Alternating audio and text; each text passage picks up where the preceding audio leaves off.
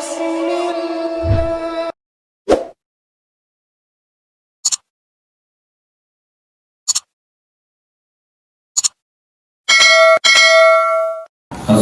wassalamu ala asyrafil anbiya'i wal mursalin sayyidina wa maulana Muhammadin wa ala alihi wa sahbihi wa man ajma'in.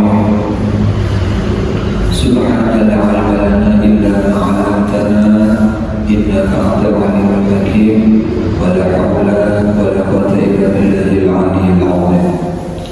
Rabbi shrah li sadri wa yassir li amri wahlul 'uqdatam min lisani yafqahu qawli. Qala al-mu'allif rahimahullahu ta'ala wa nafa'ana bihi wa bi'ilmihi fid dharain amin. Bismillahirrahmanirrahim. Faqad qala Allah ta'ala fil Qur'anil Karim, a'udzu billahi minasy syaithanir rajim. Bismillahirrahmanirrahim. Faman kana yarju liqa'a rabbih faly'amal 'amalan shalihan wa la yushrik bi'ibadati rabbih ahadan. Shadaqallahul 'azim. Para bapak ibu hadirin sekalian yang dimuliakan Allah Subhanahu wa taala, syukur alhamdulillah. Pada kesempatan hari ini kita masih melanjutkan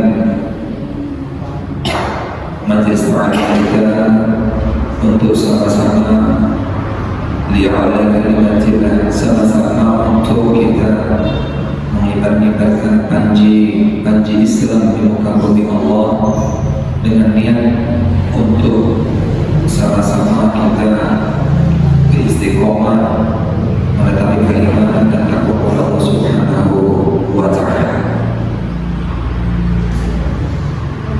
Pada kesempatan ini sama-sama kita berdoa semoga Allah Subhanahu wa taala memberikan kita semua panjang umur, murah rezeki, dijauhkan daripada malapetaka, dan kita diistiqomahkan di dalam iman dan takwa, istiqomah hadir di majelis ilmu, dan semoga kita semua meninggal dunia dalam kondisi husnul khatimah. Amin amin ya rabbal alamin. Para hadirin majelis ta'lim al-hidayah, insyaallah sama-sama dengan Allah Subhanahu wa taala menuju kita untuk meninggal husnul khatimah ini. Kita dituntut, dibimbing oleh ulama kita supaya ketika sholat apapun sembahyangnya, mau sembahyang sunat, sembahyang wajib, ada 3 hal doa yang kalau bisa jangan ditinggalkan. Jadi ketika sujud, kita sujud saja subhana rabbil a'la wa bihamdihi, subhana rabbil a'la wa bihamdihi. Ini dalam benak hatinya ditambahi doanya supaya kita meninggal husnul khatimah. Ada 3 doa. Yang pertama, Allahumma inni as'aluka husnul khatimah. Allahumma inni as'aluka husnul khatimah. Dibaca ketika sujud terakhir. Kenapa ini kita baca? Perlu kita ketahui ibu, orang yang mau meninggal 100 hari sebelum meninggal itu, iblis, syaitan, mereka ini berlomba-lomba bagaimana dan kayak apa untuk menggelincirkan umat Nabi Muhammad yang meninggal di 100 hari sebelum meninggal. Nanti ada 40 hari mau meninggal, banget lagi mereka berlomba-lomba. Kayak apa? Supaya orang ini ada iman. Jadi kita lihat nih, orang kalau benar-benar meninggal di husnul khatimah, yang menjadi saksi hidupnya dia insyaallah bertetangga sama orang Yang mau meninggal ini kalau memang husnul khotimah 100 hari sebelum meninggal itu kelihatan. Nah 100 hari sebelum meninggal ini iblis syaitan mereka berlomba-lomba kayak apa dan bagaimana supaya tergelincir imannya orang ini. Nah untuk memagari diri supaya ibu, ya mohon maaf kita ini umur gak tahu lah, yang nyata kullu nafsin dha'iqatul maut, setiap jiwa, setiap orang dan setiap manusia pasti akan merasakan mati. Surga kita ini belum tentu. Ibadah kita terkadang koler. Itu kalau sholat terkadang bolong-bolong. Neraka mungkin kita akan dihisab. Makanya apa yang kita andalkan, ya, jadi sayangi diri sendiri, gak usah menunggu orang lain. Dia kalau mau masuk surga ada majelis taklim, ada maulid reguler, sembahyang juga koler, tahajud juga koler. Masuk neraka yang sakit kita sholat. Suami membantu kedatangan, bisa-bisa laki seorang yang masuk neraka. Kenapa? Jangan diharap pahala pertolongan dari suami, dari orang lain. Karena yang menolong kita sendiri di kuburan diri seorang, amal seorang. Makanya itu surga kita belum pasti. Jadi yang pasti yang pertama doa. Yang pertama yang harus dilakukan ketika sholat, pian aja meminta kepada Allah. Allahumma inni as'aluka husnul khatimah. Apa artinya? Ya Allah, ya Tuhanku, ulun meminta kepada ya Allah, jadikan kematian ulun yang bagus. Jangankan yang mohon maaf yang sudah tua, kepala 60, kepala 70, ulun yang kandung ini rasanya takut juga namanya kematian. Kenapa? Orang di bawah kita banyak yang meninggal dunia. Rupanya malaikat ini antara mandur mudahan. Malaikatnya mengintai terus dia banyak. Seminggu ini meninggal bukan mandur mudahan. Ya maksudnya malaikat ada di mana-mana. Cuman kebanyakan kita kalau mendengar inna lillahi wa inna ilaihi raji'un itu rasa merinding. Kita semua mau meninggal. Jadi minta kita ketika sujud, Allahumma inni as'aluka husnul khatimah. Makanya di dalam doa pun habis sembahyang dipakai lagi nanti doanya dirubah sedikit. Allahumma khatim lana bi husnil khatimah. Ya Allah, berikanlah kami, berikanlah ulun kematian yang bagus. Beri kematian yang bagus. Wala takhtim alaina bisu'il khatimah. Dan jangan ulun ini dijadikan kematian yang buruk, kematian yang ada bagus. Diminta karena kok iblis syaitan ini berlomba-lomba. Nggak sedikit orang yang meninggal dunia awalnya bagus, akhirnya kada baik. Ada cerita itu seorang penghafal Al-Quran. Seorang penghafal Al-Quran ini, tapi mohon maaf, kenapa seorang penghafal Al-Quran ini semasa hidupnya menghafal Al-Quran bagus, ngajinya fasih, tapi kenapa ketika meninggal dunia, ketika mau dikubur, ketika mau dimandikan, di situ didatangi ular yang besar betul, membuka tampil kisah itu, kita rasa gak percaya. Maka orangnya hafal Al-Quran, kenapa di dunia sudah disisa dalam begitu? Gambarnya terbuka kisah, padahal yang mohon maaf, sejarah kehidupannya orang ini padahal mengaji Al-Quran juga mengajar. Tapi kenapa ketika meninggal dunia, ketika mau dimandikan, didatangi ular. Ular itu besar ularnya itu. Dibuka kisahnya, gak taunya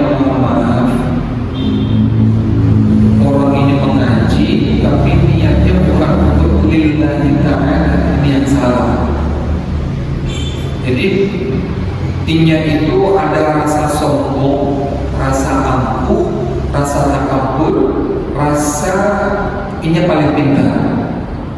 Jadi inya menghafal Al-Quran, niatnya supaya pengen dipuji orang. Hati-hati juga ibu yang datang untuk majelis terakhir. Kalau salah niat, bisa-bisa kisahnya ini seperti seorang menghafal Al-Quran.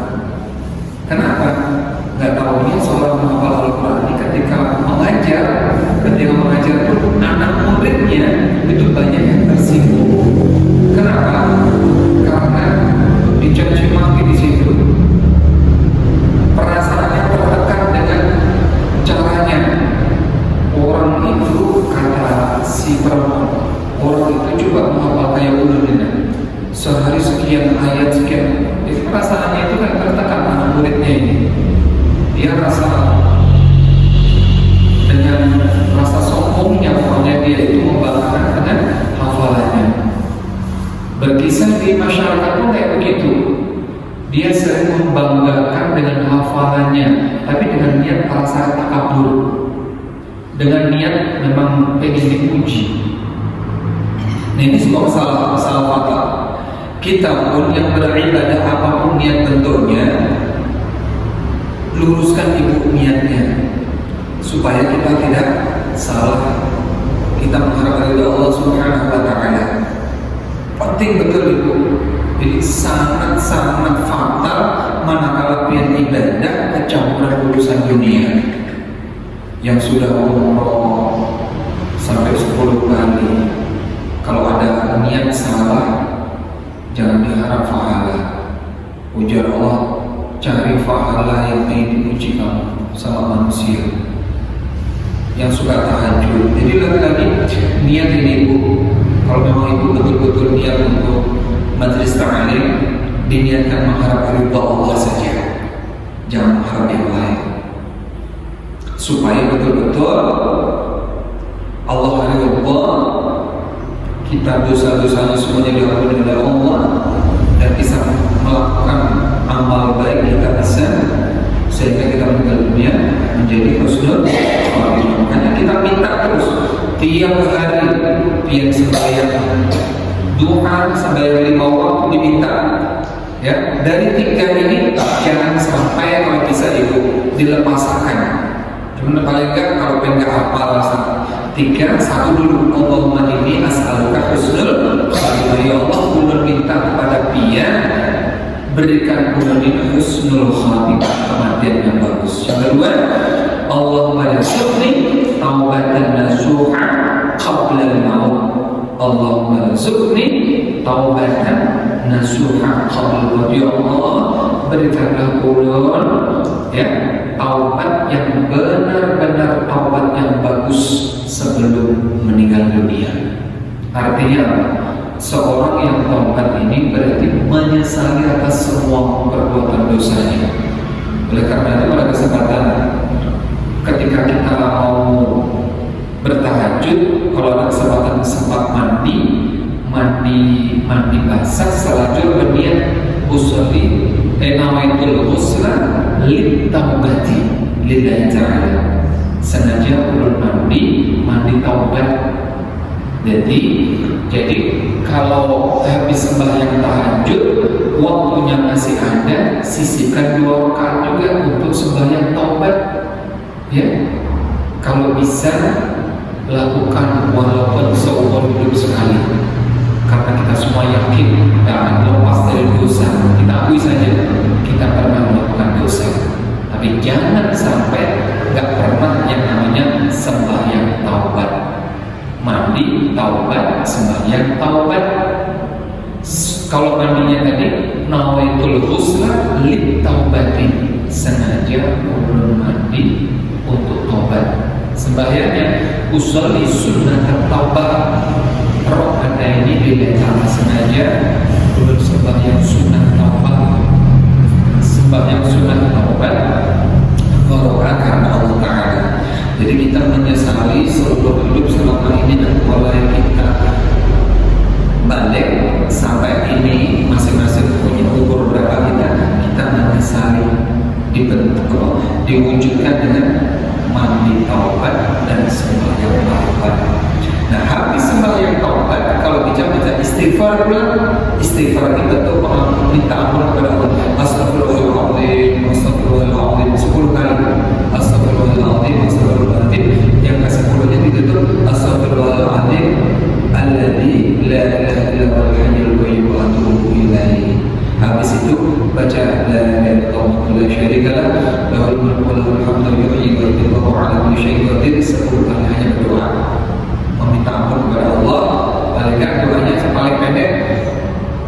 Doa sembahyang taubat kalau di amalan risalah amalnya itu doanya adalah Allahumma anta rabbi la ilaha illa anta khalaqtani wa ana abduka wa ana ala ahdika wa ana astagfiruka wa atubu ilaik min syarri ma sana'tu ala kulli min ni'matika alayya wa rabbi dambi wa ighfir li fa innahu la yaghfiru dzunuba illa anta. Doanya pendek itu sebetulnya. Itu bacaannya sholawat yang paling bagus, yaitu doa di dalam doa taubat itu. Ibu nanti kalau ada risalah amaliyah itu bisa dilihat di sana, risalah amaliyah. Nah, di situ berdoa. Kenapa? Ya mohon maaf ibu, doa ini sebetulnya sesuatu ibarat di dunia ini proposal, memohon kepada Allah Subhanahu wa Ta'ala.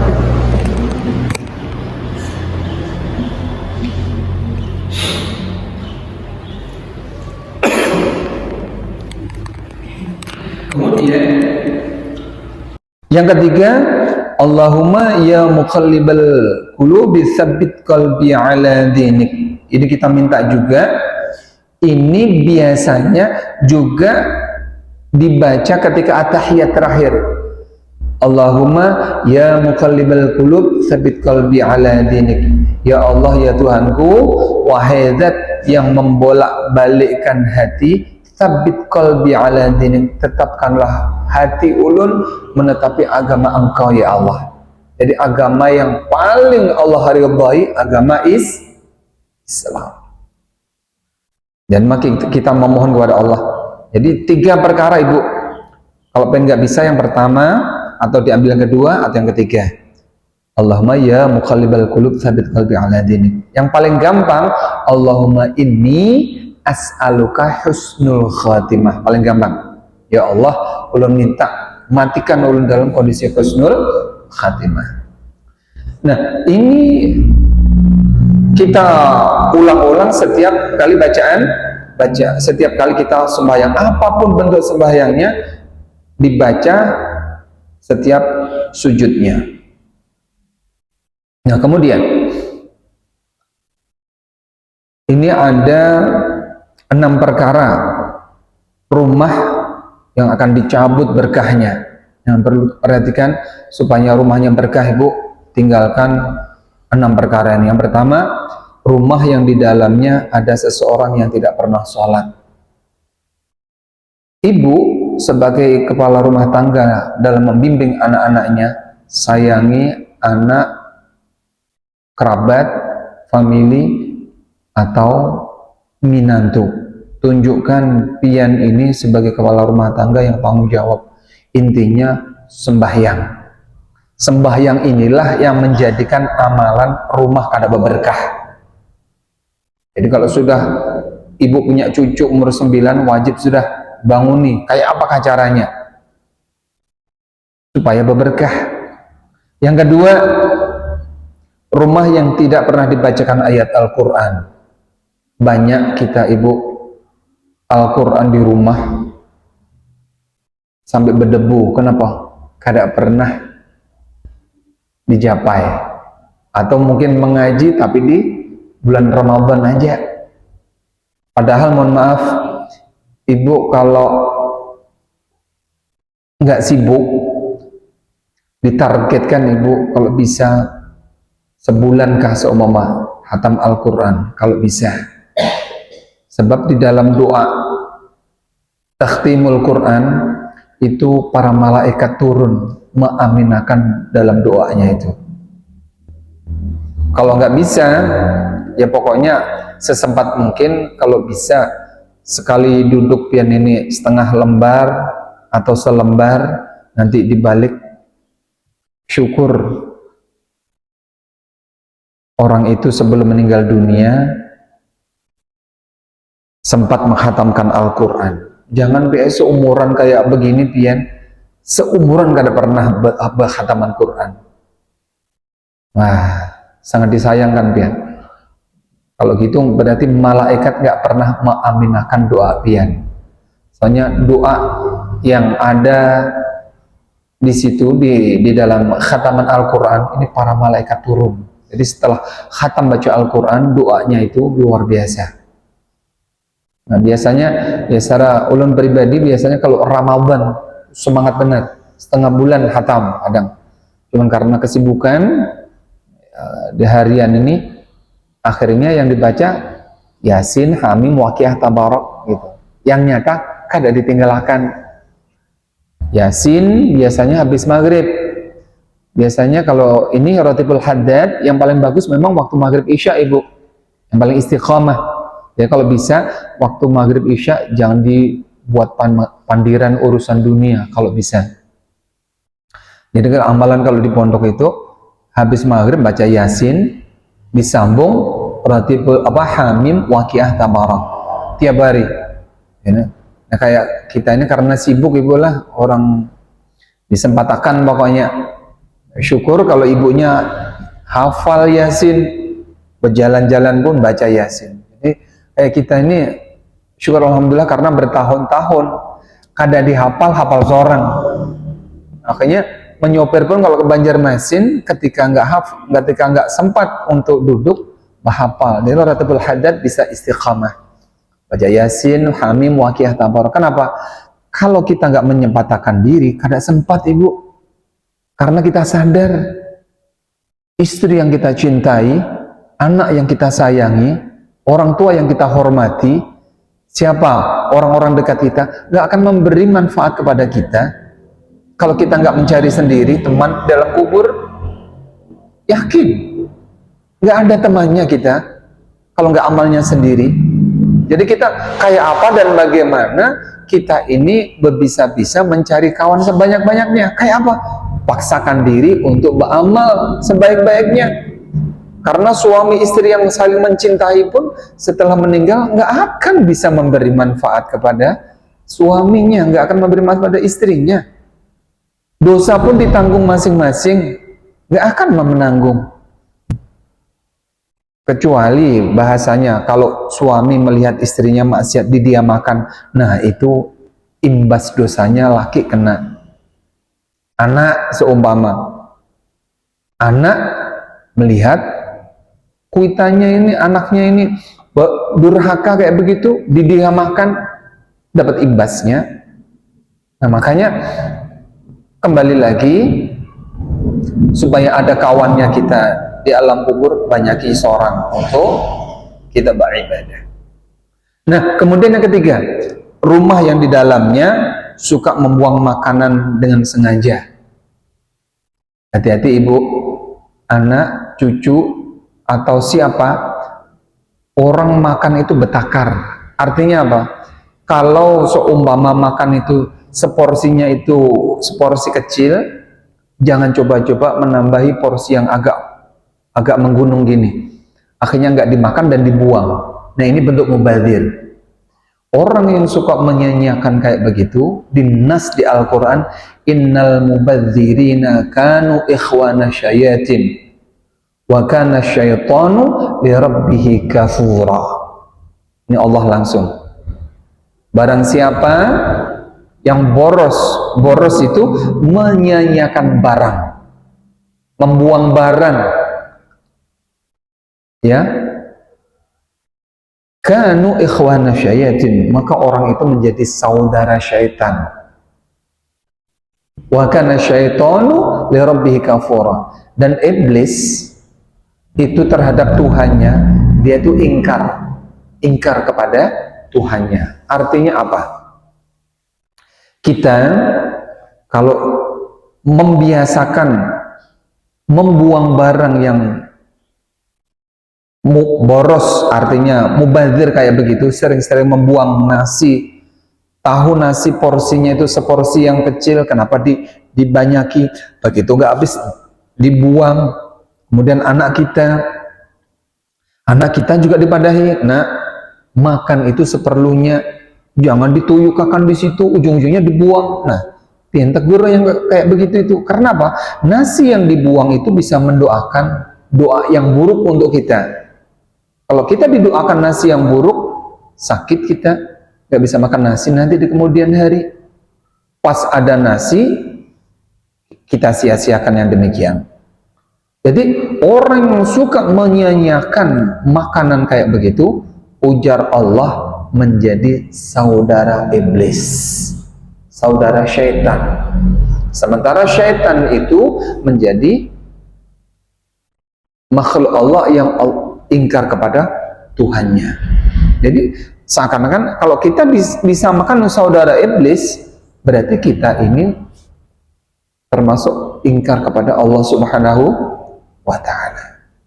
Makanya mohon maaf kalau ada orang Islam mentradisikan, mohon maaf Ibu, ulun kada menyalahkan, ulun mengambil acuan Al-Quran. Ada tradisi pengantin harus pakai beras berwarna-warni ditimbai, sampai mohon maaf sekilo sampai habis seumpama. Ada yang diwarnai kuning gitu Bu ya. Nah, kalau pengen tahu Bu, itu bentuk mubazir, jangan digawe lagi. Bukan ulun yang menyalahkan lah, ini adalah ajaran Islam, bentuk mubazir. Kalau di kampung lain itu malah banyak lagi Bu, beras dicampur, kisahnya beras kuning dicampur gula-gula, dicampur duit sampai semangkokan, ditabur-tabur gini.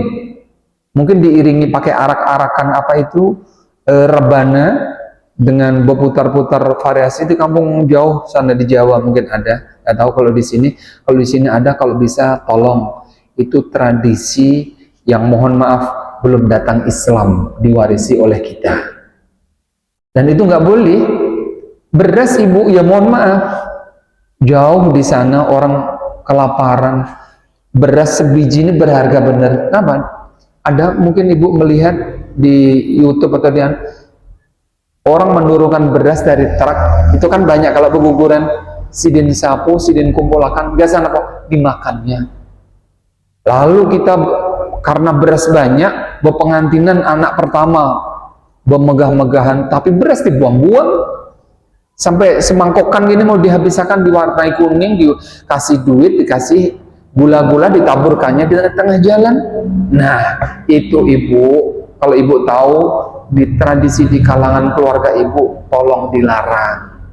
Yang melarang bukan ulun, bukan Al-Quran.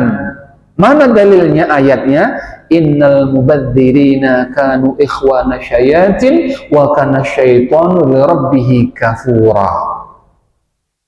Ini Allah langsung itu menegur. Sesungguhnya orang-orang yang boros, orang yang menyanyiakan barang, kan beras barangan Bu lah, beras barang kan itu. Nah itu yang timba-timba kayak begitu, itu menjadi saudara syaitan dia.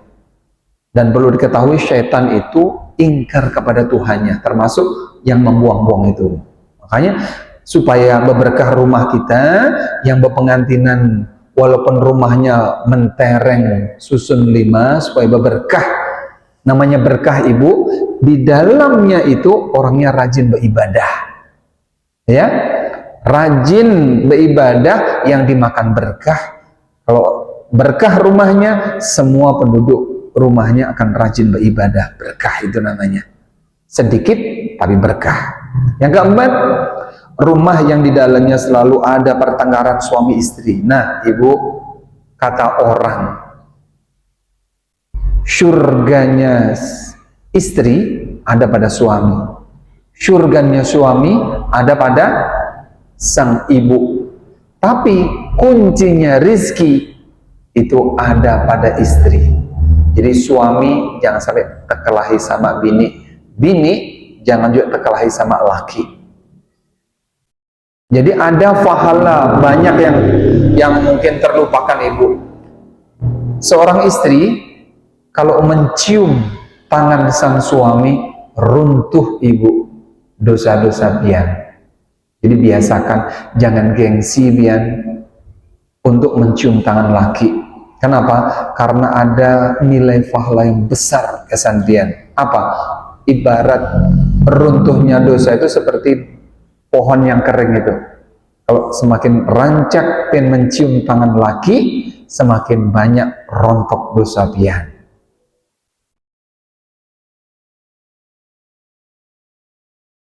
Nah, yang kelima, rumah yang di dalamnya jarang dibacakan istighfar. Istighfar ini ibu, bentuk istighfar, astagfirullahaladzim, astagfirullahaladzim.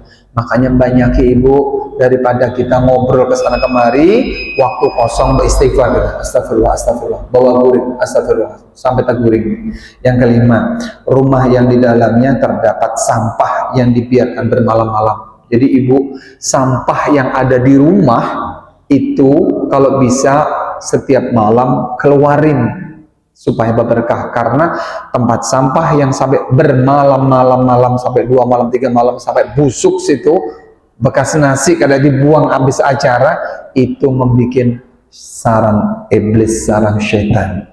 Jadi kalau ada sampah, kalau bisa dibungkus pakai plastik, dikeluarkan, itu supaya rumah menjadi berkah. Jadi 6 perkara yang menjadikan rumah ini dicabut berkahnya tadi.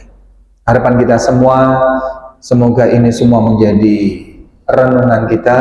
Sedikit ini semoga kita bisa mengamalkan dalam kehidupan kita sehari-hari. Amin amin ya rabbal alamin. Ingin ibu sebetulnya akan melanjutkan majelis ta'lim ini, namun waktu jualah yang memisahkan di antara kita. Akhirnya mungkin hanya ini yang bisa kami sampaikan. Setelah khilaf mohon beri maaf atas segala kekurangan, dan banyak-banyak terima kasih atas segala perhatian. Akhirul kalam, wallahu a'lam bishawab. Bismillahirrahmanirrahim. Qul huwallahu ahad, Allahus samad, lam yalid wa lam yulad wa lam